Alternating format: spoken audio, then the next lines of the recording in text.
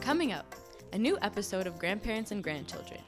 Joseph Ann Mattone, lawyer and business leader of great integrity, who cares deeply for his family, friends, and community, in conversation with his grandchildren, Michael and Lena. His story and his special relationship with Mario Cuomo. This interview is part of the second season of the TV series Grandparents and Grandchildren in Italian America.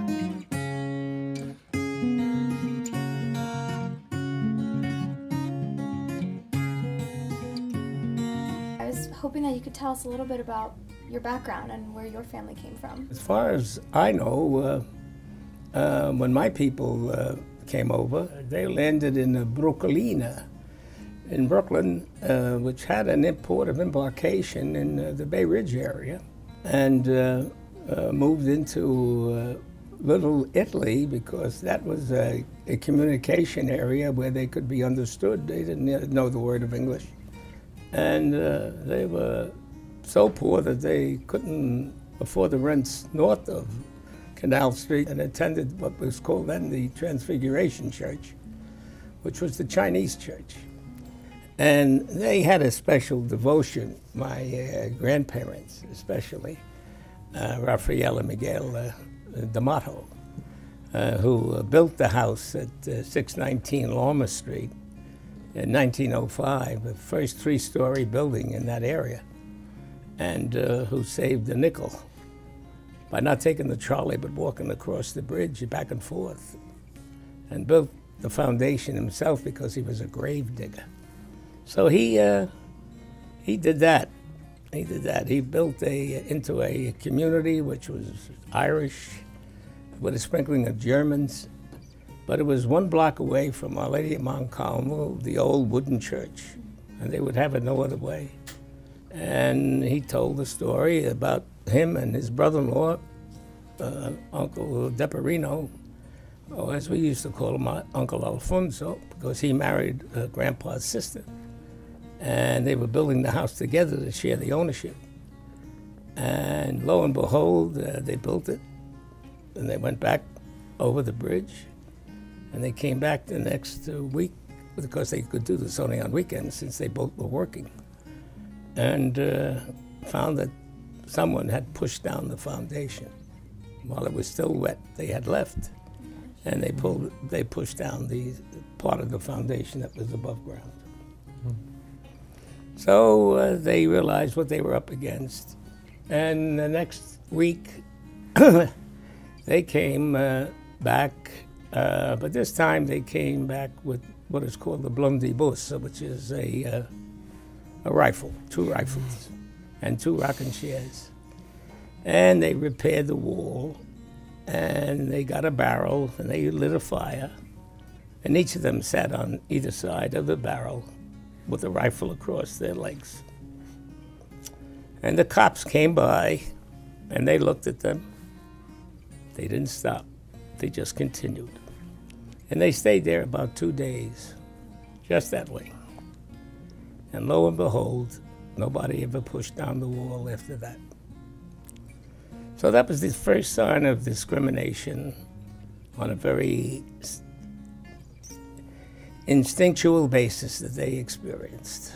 And we were poor, but nobody knew us as poor. Everybody worked. Mm-hmm. And then the house was built. My mother moved there, my grandfather, my great uncle, and a couple of tenants. And lo and behold, somehow or other, in 1931, I came along after 7 years when my mother thought she was finished having children after my brother Vincent, who was named after my father. And she thought I was a tumor. And my father, who was Americanized in every sense of the word, would never do a midwife. He went to Dr. Davis, and he paid $3 to make sure that I was born right.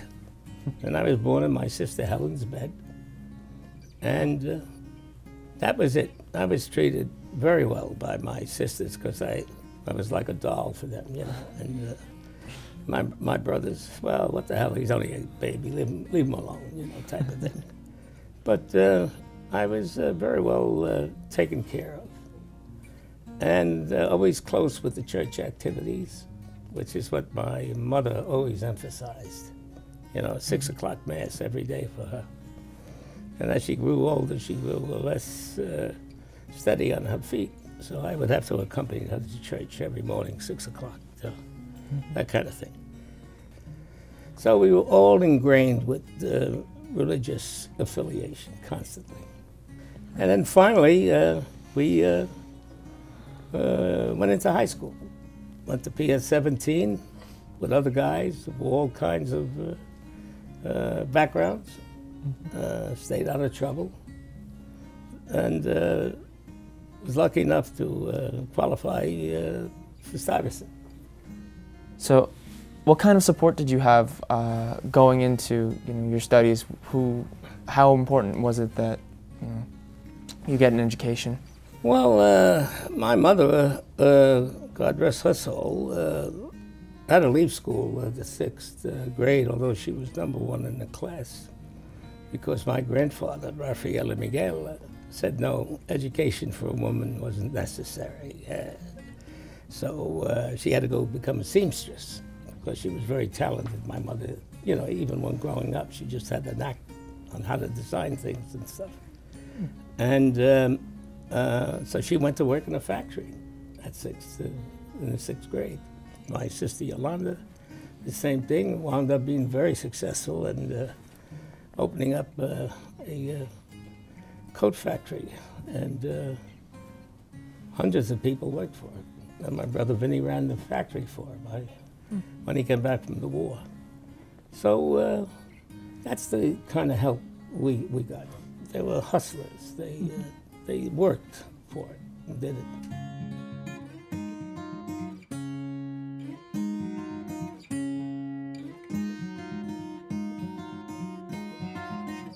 That's how I moved over to Stuyvesant.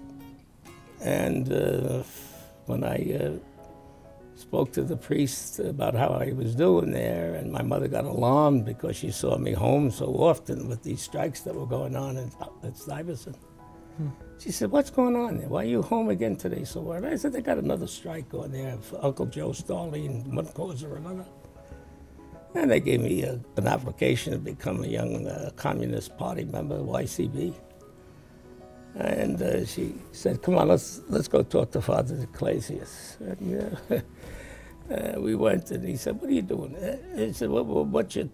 I said, "Well, here's the term paper. They want me to write about dialectical materialism of Karl Marx. That's my assignment."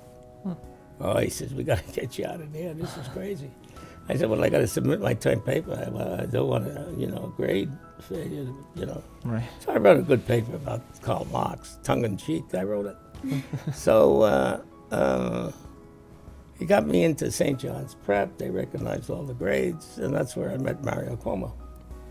And when I met him, he was top of the class, bright guy, absolutely. But he wasn't going to be a politician. He was going to be Joe DiMaggio reincarnated. He wanted to be a ball player. That was it. Built like a ball player, physically. A strong guy. And he played in the Pop Warner League. He played in every type of baseball league that was available that would let him play. And his grades were always the best. And when he applied for a job on Wall Street, he was #1 in the bar exam. And he couldn't even get a job in Wall Street in those days because the prejudice against Italian Americans was so severe. Imagine that. Then Mario got a firm, in with a firm in downtown Brooklyn, one of the major firms there, but it was still Brooklyn, not Manhattan. And we kind of went our separate ways, and I got a call from his partner,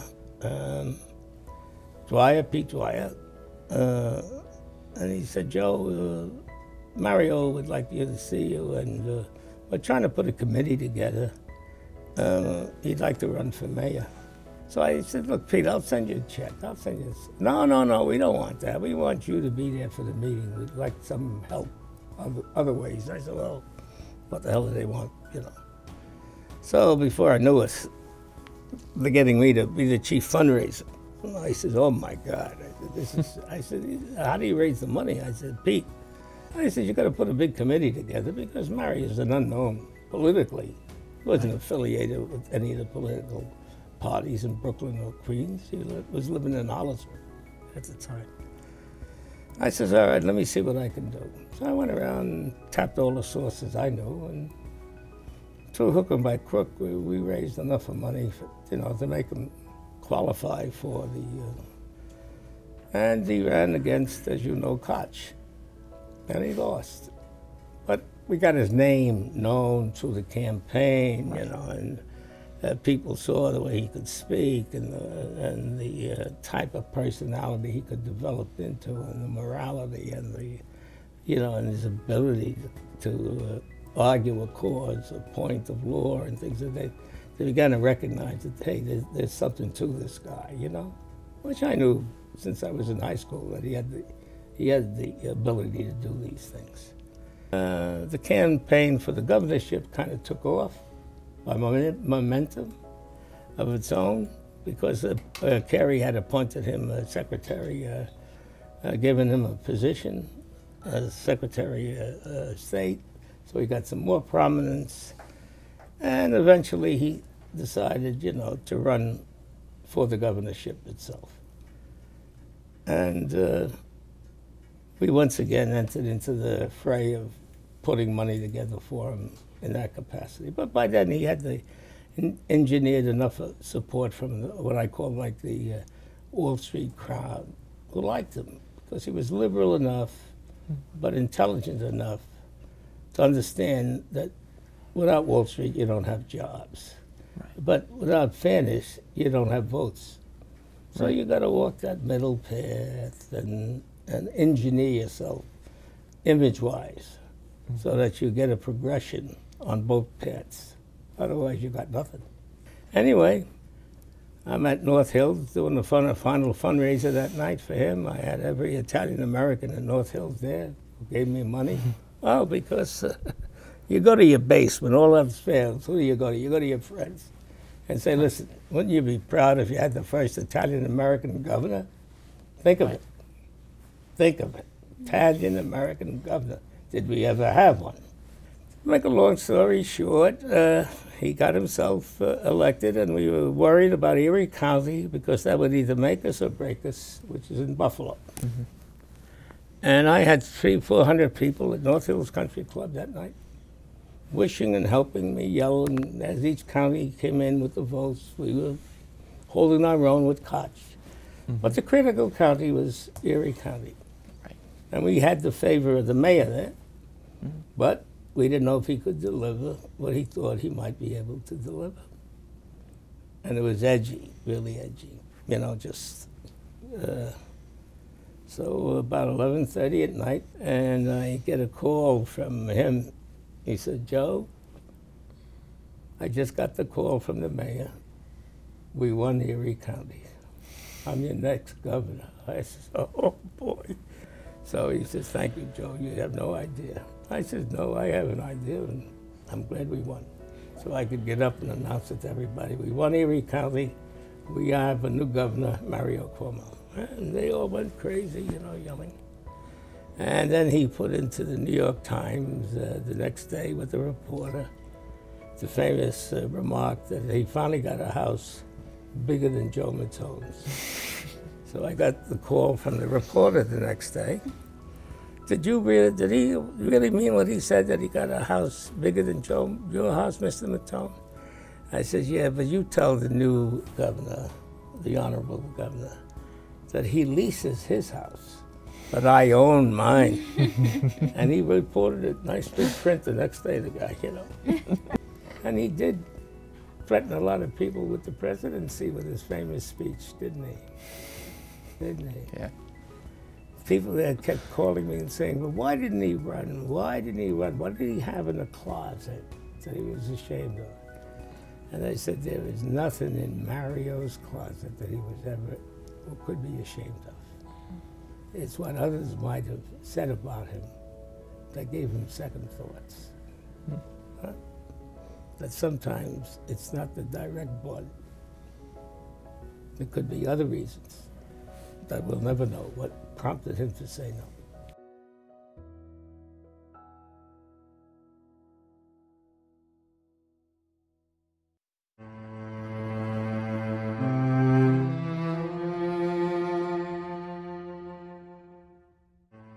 You told me before that when you were younger you wanted to be something like a politician. Why was politics so important to you at that early age? Well, I got involved with politics because my older brother Carl said it was very important to get yourself established politically because you couldn't advertise in those days, Michael, for clients or announce areas of access that you might be able to provide for a client like you do on television today, you know? That was prohibited.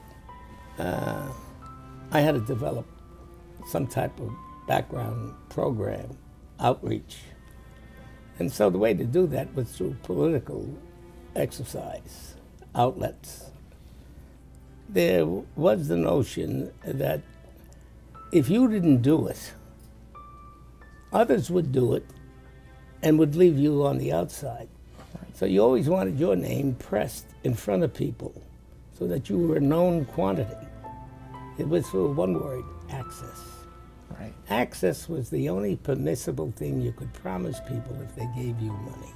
But it was also the only thing I could do to get that kind of opportunity to meet with people, access.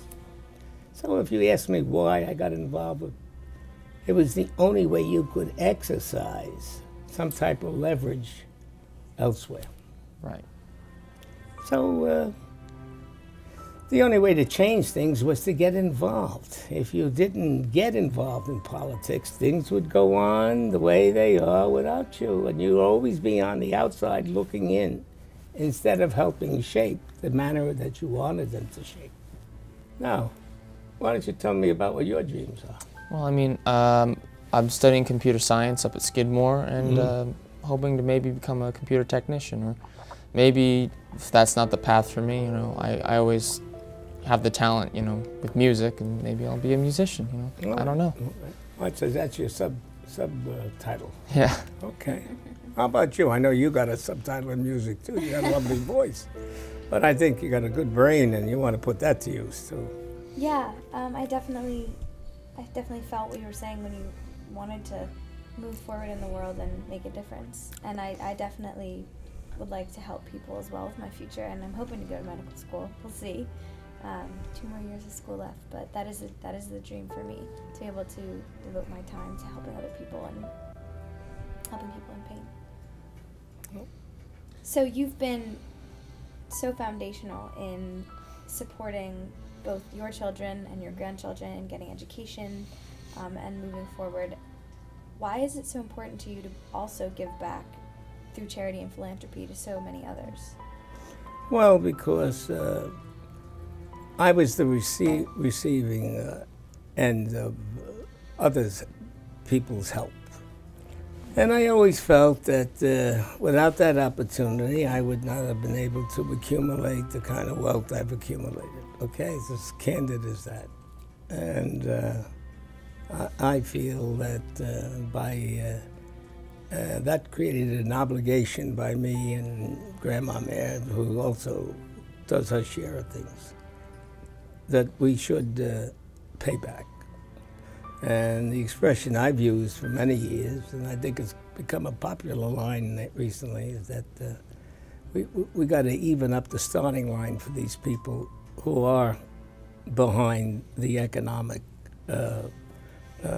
eight wall. So we got to try to somehow supply them with the dollars that it'll kind of even up the line so that they can achieve or take advantage of an opportunity to educate themselves. My father had a funny expression about education. He said, you know, that's the only way out. Education, it's either the book or the gun. The gun wasn't a literal gun. What he meant is if you don't do it through education and knowledge, okay, you're gonna suffer with a lack of it. The best way we can help people is by giving them a starting line where they have the job opportunity to do something with their lives. It's a job creation mechanism. That's what I think in terms of. Education will bring them to job opportunity, and that affects them for the rest of their lives.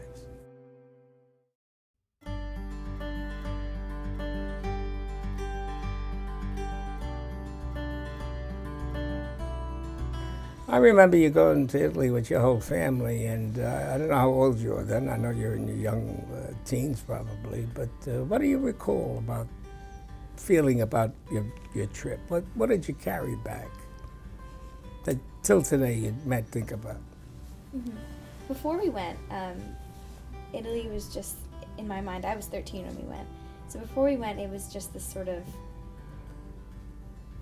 kind of magical place that I'd only ever heard of, like, this is where our ancestors are from. And honestly, upon going there, it did seem so magnificent. There was so much culture. We spent 3 days in Rome, and it was just stunning how much, you know, art and history and, you know, music and the rich culinary tradition. You know, it lived up to all of my expectations, even though it was sort of this magical place when I was growing up. And I think that definitely inspired me to study it a little bit in college, which has definitely increased my interest and has been incredibly rewarding.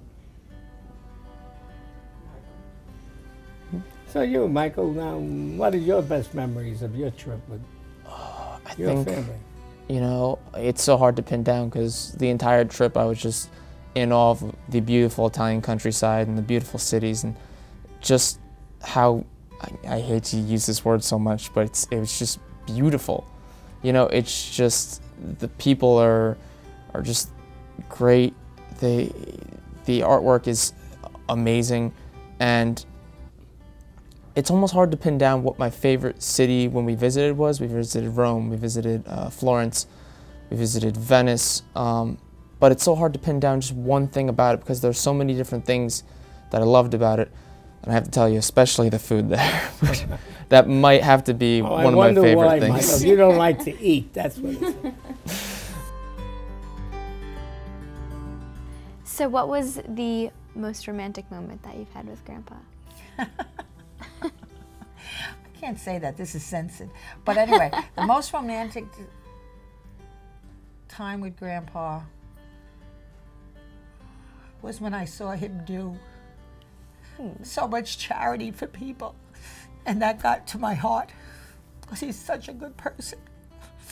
And to me, romance and love, I mean, it's the same thing. And that's Italian. And that was it. Once I was doing a charity for the Columbus Come. I was the president of Ladies Auxiliary. And I had Mrs. Pataki was our Woman of the Year. And I had to introduce her. And I said, I came from a very modest family, and they put their money together to educate me. And so it's really something for me, Mrs. Pataki, to be introducing you to this auspicious audience. Since you are the governor's wife, this was after Mario. I knew Mario, I knew Matilda, but that was more familial.